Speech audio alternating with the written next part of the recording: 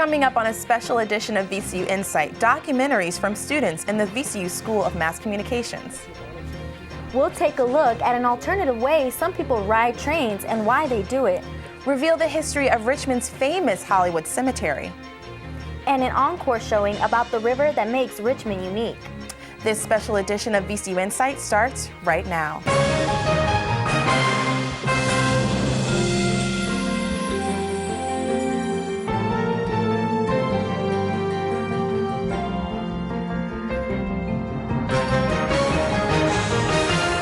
Hello and welcome to this special edition of VCU InSight. I'm Julissa House. And I'm Brenda Acevedo. Thanks for joining us as we feature documentaries from undergraduate students in the VCU School of Mass Communications. The culture of train hopping has been around for some time now. Think of people during the Depression seeing America from a boxcar. The need to ride the rails like this went away as the economy improved and cars ruled the road. Now with the so-called Great Recession, train hopping has experienced a resurgence. Our first documentary tonight looks at the people and lifestyle of train hopping.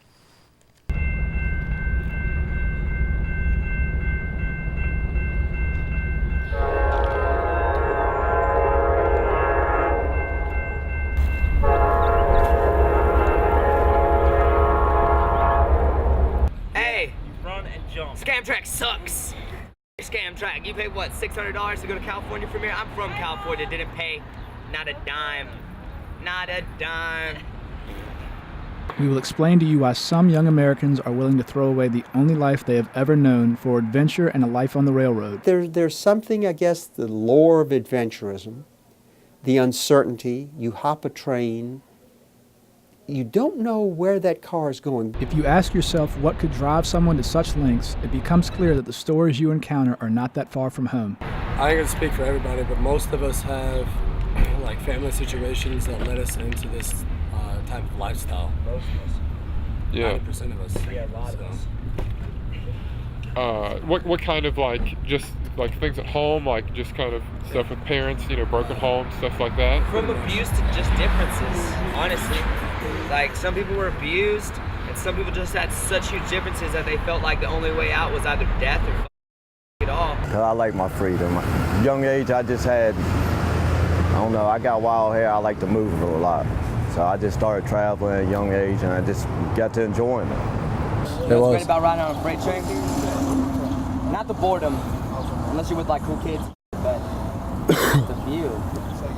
Yeah, The train, the scenery. Gliding over the land, and just the scenery. Like The states, sunset and the sunrise. yeah, the interstates, like you see so much scenery from that, but riding on trains, it takes you in no man's land where like nobody is supposed to be, and you see so much more beautiful wildlife and like so much more scenic mountains and fields and everything else. It's just, that's one of the main things that keeps driving me to ride trains. And to me, it's like fighting the system. I mean, I also do it to eat because I can't get a job being as a felon with no ID. It's hard. Every once in a while, you might catch somebody and want to pay you on their table, do a little job here and there for $40, $50.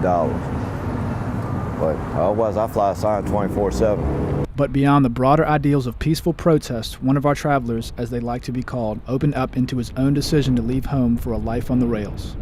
I got kicked out of my parents' house, and I went to Texas with this chick I was supposed to be getting engaged to that I was supposed to have my child. Long story short, she ended up intentionally miscarrying my child and taking everything from me and left me homeless on the streets. So I went around trying to get back on my feet, and nobody wanted to hire me because I was homeless and I was dirty. So I ran in, I was hitchhiking all the way back. I made it from Pecos, Texas, all the way to Little Rock, Arkansas, and which is an hour south of where I live. And then these two wanted to go back to Texarkana. So I helped them get down to Texarkana, and then I ran into some train riders, like traveling kids, and they said they're hopping a train, and I never hopped a train before. So I was like, can I tag along? And they're like, yeah. So I went from Texarkana, Texas-Arkansas border to Shreveport, Louisiana. on my first train. Despite all the ups and downs of this lifestyle, it is still an illegal activity with serious consequences. A lot has changed since the peak of train hopping during the Great Depression. Oh, it's clearly illegal because you're trespassing. Oh, there's no question it's illegal because you're trespassing. And as I say, the railroads have a much more incentive to enforce this today than they would have said, say, 20 years ago, 30 years ago, 50 years ago, for two reasons. The concern of terrorism, and we've become much more litigious in the sense of litigation. So the railroads are very, very defensive with respect to litigation, as they should be. It becomes clear that these travelers are very aware of the illegality of their actions and what ramifications they may carry. They hire new bulls or rail cops. Like, that's our lingo for them, or the bulls. They hire new bulls, and most of them are feds, like federal police. So that way, even if they see you in the train yard, they can pursue you outside the train yard and still arrest you. Because most, like, city bulls, if they catch you on a train, they'll ticket you or take you to jail, or they'll release you and, like, don't do it again. The federal bulls, if they see you on a train, they have, like, abundant jurisdiction. Like, you can be 3 counties away. Like, And they could go after you. yeah, and they could find you and be like, you were on my train, and arrest you. You're going to jail. Yeah. And you do 85% of federal time, Yeah. usually. So even if you're only going for 3 days, like, which is, I doubt it's most like more longer than that. but Most you're of the going for times they most of that. you, they RR you, release you on your own recognizance, because they know that you're going to be leaving town anyways. So it just becomes a warrant, like a little petty warrant, and they know that you're not going to pay it, or they know we're not going to pay it, because, like, if we're out flying a sign and stuff, trying to make money to eat, and, like, some cops are write you a ticket, and you're like, I'm out here flying a sign trying to get me food, and you give me a $177 ticket. How do you expect me to pay this? I mean, I've gone like 3-4 days without eating while I'm traveling. Did you ever have a dumpster dive? Nah, I ain't. I'll fly a sign, or I'll ask somebody to go get me some food before I dumpster dive. The worst, like, the lowest part of traveling is, like, dumpster diving, like digging through the trash for It's food. not even that bad. But it really ain't that bad, because some gas stations or McDonald's and stuff, like, they throw away hot food that is messed up because the customers didn't want it. So you go and dig it out, and you're like, hey, this is still hot. I'm gonna eat this. What about, some of the train hoppers that travel with dogs and stuff? Do you know anything about that? Or I mean, most of them like dogs, but like if you're under a bridge or something for a night, it's good protection, because they'll bark, let you know somebody rolling up on you, whatever. So that's why you see a lot of train hoppers that are like going by themselves. They always carry a dog with them. When I see people that are like, my dog eats better than me, and their dog's like skin and bones, that puts bad on me. Like, because like you see one skinny up dog, you think they're all up, and they're not. Like, dogs are taken care of. That's your brother. Yeah. Most people are like, It's like oh, your your child. dog deserves a better life. It's like, your dog, you go to work and you leave your dog in your backyard. My dog is here always. I don't give a like how happy you love your dog. My dog lives a better life. We talked about this being really from the 1930s and actually starting before that. But realistically, always, when I grew up on the railroad tracks north of Richmond on the RF&P, you would always see people just, their feet hanging out, just looking out the side on open box cars and in gondolas. So this has always been with us. I mean, like I said, it's just like a freedom. You're free to go wherever you want, whenever you want to.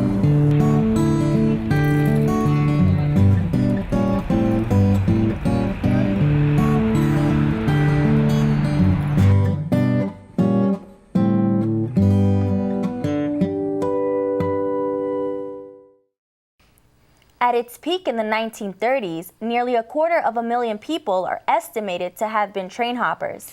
And as nostalgic and exciting as it seems, it remains a pastime that's illegal and sometimes deadly. As our special documentary edition of VCU InSight continues, casualties in the American Civil War of the 1860s created many problems. not the least of which was the lack of space to lay the dead to rest. What was in a small new cemetery in Richmond offered a place for Confederates to bury their dead. Later, it became a resting place for former presidents, governors, and even Pulitzer Prize-winning authors. It's called Hollywood, and it's more than just a cemetery.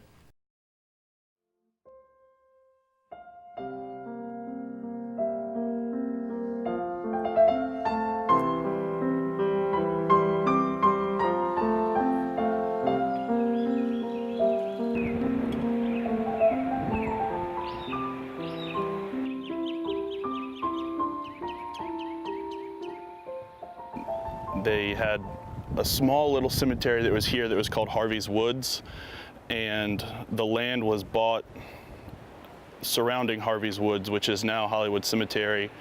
Well, Hollywood is part of what was called the rural cemetery movement. Two businessmen went to Massachusetts and saw Mount Auburn Cemetery in Cambridge, and they brought that concept back to Richmond because the city cemeteries and church cemeteries were filling up. It was becoming health hazards to have so many people buried within the city limits, so close to all the public utilities.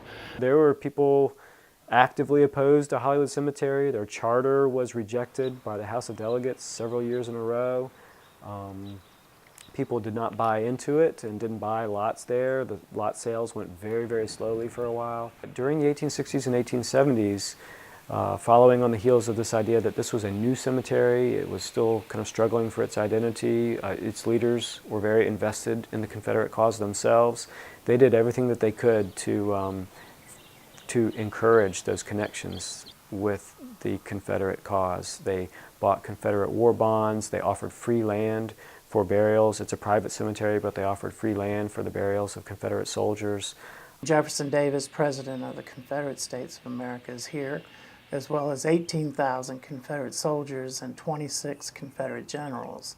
Hollywood Cemetery went bankrupt at the end of the war, but that wasn't very unusual in that lots of other Southern institutions went bankrupt at the end of the war.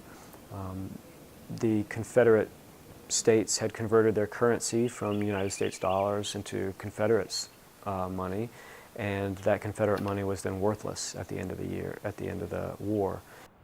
Well, when the cemetery was going through their monetary problems, one of the things that really helped them was the reburial of President Monroe. He actually died in New York City, and several years after he died, the state of Virginia put together some money to have him dug up, essentially, and brought down here. He died somewhat, I wouldn't say obscure, but not at the peak of his fame and fortune. His fortunes had declined some. He was living with his daughter and his son-in-law in New York City. And so when he died, he was given an honorable kind of burial in New York City in a fine gravesite. But Virginians didn't really have him on their radar at that time. Well, in 1858 was going to be the 100th anniversary of his birth, and someone, I believe a Virginian in New York City, said, let's commemorate this in some way. Let's recognize the 100th year of Monroe's birth. And he sent a query down to Virginia, to the governor here, and asked if Virginia was going to mark the occasion, and that somehow snowballed into the governor and the General Assembly asking the family and the New Yorkers if they'd be willing to relocate the body to Hollywood Cemetery. Tyler died during the Civil War. He was an older man by that time. He had been president decades earlier. And so when he died, he was given a formal ceremony and buried right there in President's Circle. But it took them a long time to put up a kind of permanent marker for Tyler. I don't know whether it was because the focus was on the Civil War effort and not on the Tyler's era of the years. But Tyler's marker, I forget the exact date that it went up, but I believe it wasn't until the early 20th century that one that we see now was put up. And so I think initially it was just something that would frankly almost embarrass us to see today. It was a very simple wooden or simple stone marker that would not have distinguished it from any other markers around it. Would certainly not have distinguished it against that big bird cage that we see, that very elaborate marker for James Monroe. Jefferson Davis was buried there in the early 1890s.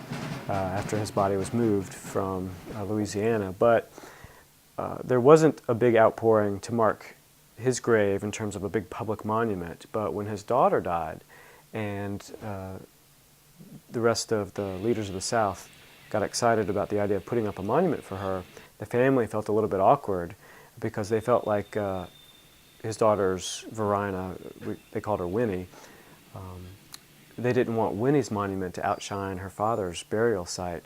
And so I think the family ended up paying a good bit of their own money out of pocket to try to create a what they thought was an appropriate monument to Jefferson Davis that would stand up well in comparison with his daughters. Not only does it have a history with the Confederacy, but many of Richmond's leaders in education, religion, business are buried here. There's a lot of prominent Richmond and Virginia families here. So it's basically a who's who of Richmond. My favorite kind of site there in terms of the tension between what's going on with the Civil War and other writers and other more modern figures that are not associated with the Civil War is Ellen Glasgow. And she was very famous in Richmond, won the Pulitzer Prize, had her books turned into Hollywood films. She was known nationally. And her monument is very prominent, and it sits right next to Jeb Stuart's monument. And Glasgow was very critical of the old order, of the lost cause mentality that gravitated towards the graves like Jeb Stuart's. And so it's interesting to see her rubbing shoulders with Jeb Stuart there on the cemetery grounds. She was good friends with James Branch Cabell, who was a very different kind of writer, but was also very celebrated in his time in the 1920s, 1930s. And he was a nationally known writer of fantasy. Hollywood, when they designed it, they wanted to leave the lay of the land much as it was, and the natural landscape, use that as much as possible. One thing that we can forget when we walk around Hollywood Cemetery is that even though it seems very naturalistic, there's been a lot of planting that's gone on there over the years. So planting trees, planting shrubs, a lot of horticulture and full-time gardeners and full-time groundskeepers to make it look the way that it looks. And so it is something of a garden in and of itself. The misconception among a lot of people is that because Hollywood is so old, it's full, that there are no more lots, crypts, or niches available. But part of my job is to make Hollywood's life as an active cemetery extend for as long as possible. So with the opportunity for cremation niches and things of that nature, the cemetery will be actively serving the community for many, many more years with an inventory of saleable lots, crypts, and niches. So that's one of the biggest misconceptions people have about Hollywood. Either it's full, or you have to have somebody already buried there, or you have to be very affluent to be buried here. And Hollywood is designed for everyone.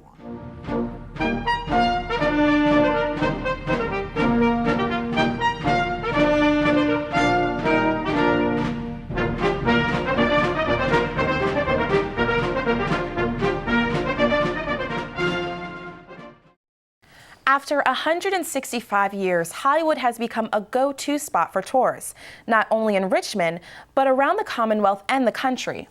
They have a virtual tour of the 180-acre site available on their website, hollywoodcemetery.org.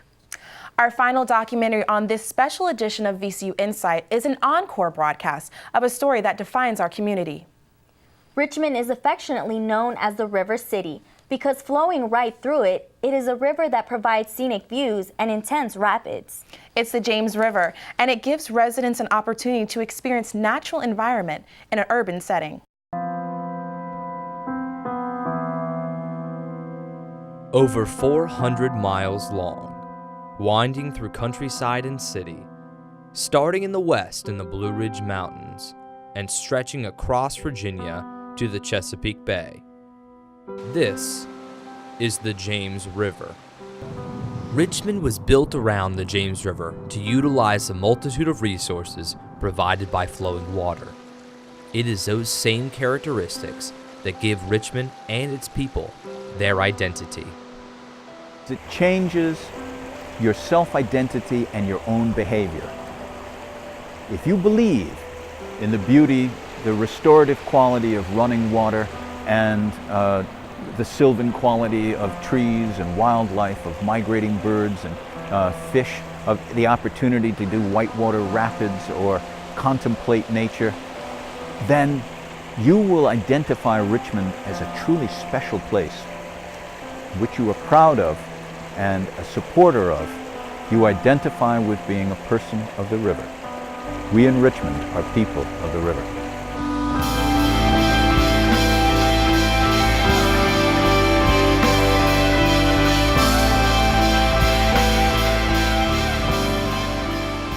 The nice thing is there are always people along the river using it. A lot of people fishing every day. There are people out there kayaking when we go rowing, and that's great to see. It's a great place to work out. You get to be outdoors, see some beautiful scenery, and get a good workout. We're going to go picnic and on those rocks that have sides. I mean, I just enjoy, this is my office. So one, it quiets my mind. Two, I can offer people the enjoyment, just to see things they don't normally see that I take for granted. That's really in our backyard. It's a really nice place just to come and just sit back and relax with your family. It's really a nice, serene environment. This part of the James River, the fall line through the city and then the tidal part below the city is probably the most valuable recreational asset in Virginia. It's true that in the first half of the 20th century, this was a terrible resource. It was considered the 5th filthiest river in the nation. And to tell you just how bad it was, during the height of the Jim Crow black-white separation, the black and the white communities came together to make rules to get the boys out of the river. And that was a result of industrial pollution primarily. And remember, the industrial pollution was a result of all of these dams that held the water, pushed it into factories to turn water-powered equipment, and then also served as repositories for waste products from the factories and human waste. Early on, the river itself was sometimes diverted into the canals. A large percentage of the river was diverted to the canals for drinking water and probably industrial uses, mills and things. And the sewage treatment probably was not as good as it should have been, simply because the technology wasn't available. There was probably pretty much uncontrolled storm runoff, off the streets in the city, and pretty much uncontrolled combined sewer overflows. When we had the Clean Water Act come in, that changed everything. Big sewer lines came in, sewage treatment plant, and now a lot less dumped into the river. At the same time, we had the blessings of disaster. We had Hurricanes Camille and Agnes, 69 and 71. These punched holes in a lot of the dams, and the water began to flush the river clean. When wildlife managers and others saw the result, they came in and busted holes in the remaining dams, carved them out, blew them up, and now the river runs free. So that's the basic change from a dirty river to a clean river.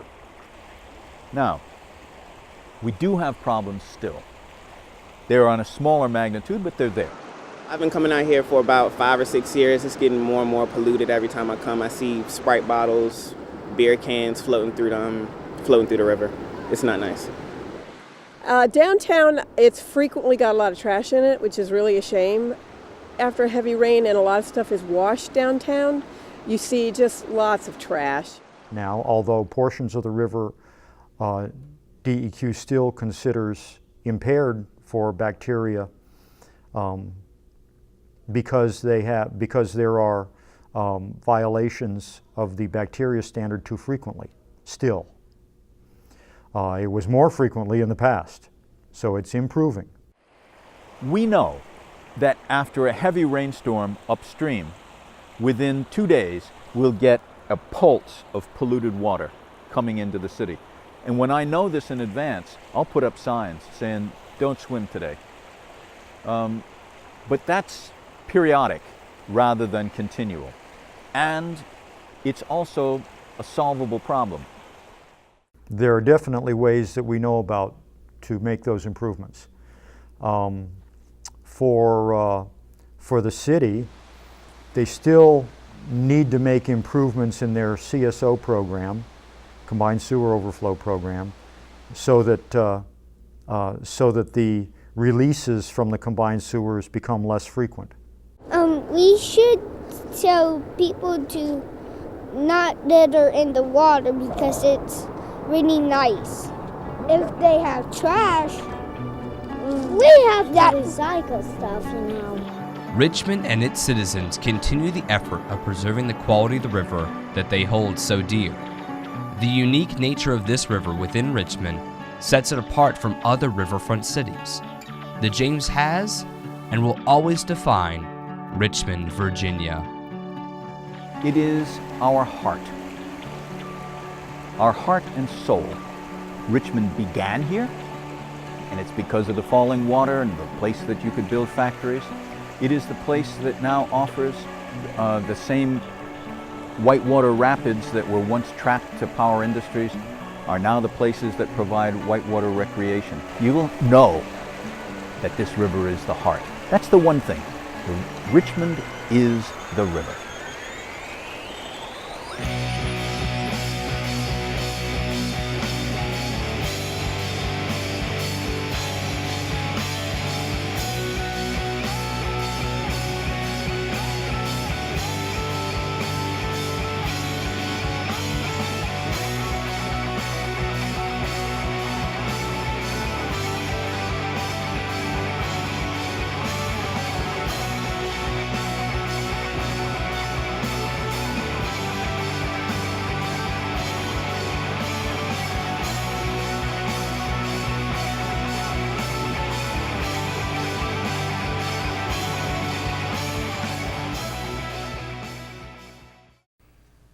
In the last 50 years, the James River has been transformed from a toxic, unusable resource to a natural recreational haven.